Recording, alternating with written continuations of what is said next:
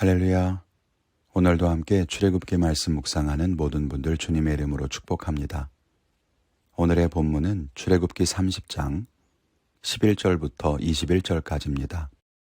여호와께서 모세에게 말씀하여 이르시되 내가 이스라엘 자손의 수효를 조사할 때에 조사받은 각 사람은 그들을 계수할 때에 자기의 생명의 속전을 여호와께 드릴지니 이는 그것을 계수할 때에 그들 중에 질병이 없게 하려 함이라. 무릇 계수 중에 드는 자마다 성소의 세겔로 반세겔을 낼지니 한 세겔은 20게라라. 그 반세겔을 여호와께 드릴지며 계수 중에 드는 모든 자 곧 20살 이상 된 자가 여호와께 드리되 너희의 생명을 대속하기 위하여 여호와께 드릴 때에 부자라고 반세겔에서 더 내지 말고 가난한 자라고 덜 내지 말지며 너는 이스라엘 자손에게서 속전을 취하여 회막 봉사에 쓰라. 이것이 여호와 앞에서 이스라엘 자손의 기념이 되어서 너희의 생명을 대속하리라. 여호와께서 모세에게 말씀하여 이르시되 너는 물두멍을 노수로 만들고 그 받침도 노수로 만들어 씻게 하되 그것을 회막과 제단 사이에 두고 그 속에 물을 담으라. 아론과 그의 아들들이 그 두멍에서 수족을 씻되 그들이 회막에 들어갈 때에 물로 씻어 죽기를 면할 것이요 제단에 가까이 가서 그 직분을 행하여 여호와 앞에 화제를 사를 때에도 그리할지니라. 이와 같이 그들이 그 수족을 씻어 죽기를 면할지니 이는 그와 그의 자손이 대대로 영원히 지킬 규례니라. 아멘. 오늘 말씀에는 이스라엘 백성들이 성전세를 내야 하는 근거가 기록되어 있습니다. 이스라엘의 20살 이상 된 남성들은 매년 성전세를 내야 하는데 그 액수가 반세겔입니다. 그리고 이 말씀은 이후로 예수님의 시대까지 그대로 이어집니다. 모든 이스라엘 백성들이 내야 했던 거죠. 오늘 함께 이 말씀을 보면서 은혜를 나누기를 원합니다. 첫째는 하나님께서 나의 생명을 지키심을 믿으라는 것입니다. 오늘 말씀에 보면 이스라엘의 인구를 조사했던 것 같아요. 그리고 인구조사를 하면서 20살 이상 되는 남자들은 자기의 속전으로 반세겔을 내도록 했습니다. 속전이라는 말은 자기의 목숨을 대신하여 내는 돈을 의미한다고 보면 됩니다. 그러면서 말씀하시기를 속전을 내야만 질병에 걸리지 않을 것이라고 말씀합니다. 세속의 역사 속에서 인구조사를 하는 이유는 크게 두 가지입니다. 하나는 세금을 정확하게 매기기 위해서이고 다른 하나는 군대나 노역에 동원하기 위해서입니다.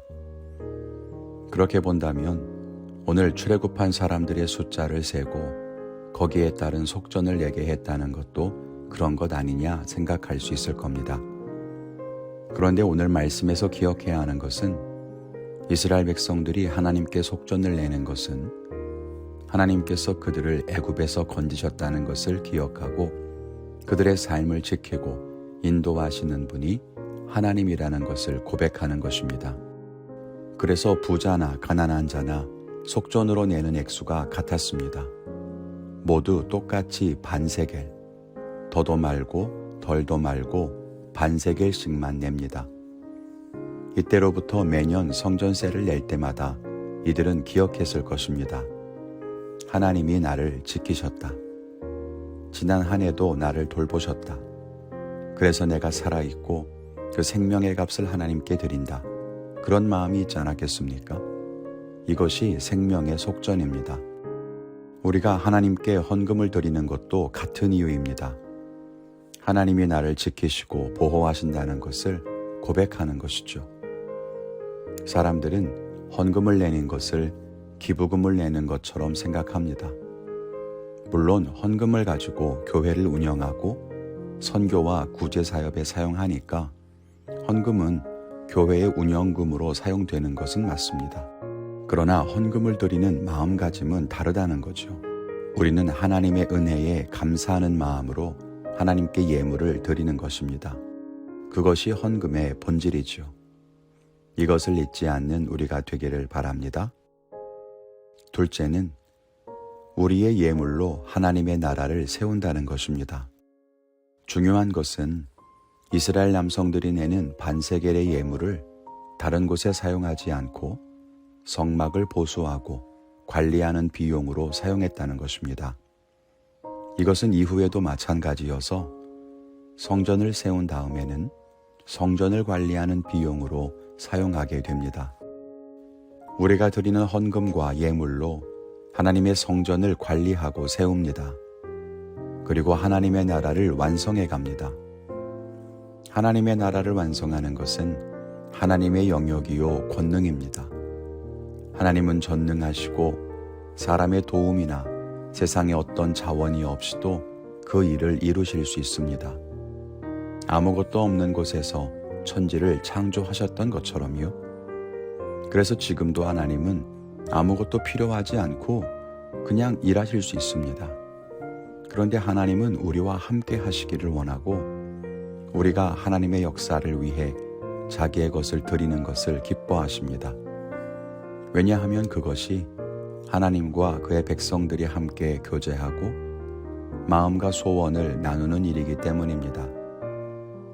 교회의 재정을 잘못 사용하고 헌금을 다른 목적으로 사용하는 문제로 인해 교회가 손가락질을 당하고 깨어지는 경우들을 보게 됩니다. 하나님의 백성들이 하나님께 드리는 제물과 예물은 성전을 보수하고 제사장과 레위인들의 생계를 도우며 하나님이 기뻐하시는 일들을 위해서 사용하는 것이 맞습니다.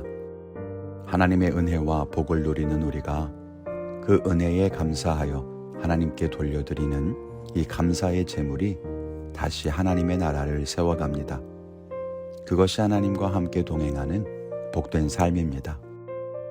저는 오늘 이번 주일 헌금을 준비하면서 형식적인 마음이 아니라 하나님께 무엇이 감사한지 생각하며 정성스럽게 헌금을 준비하겠습니다.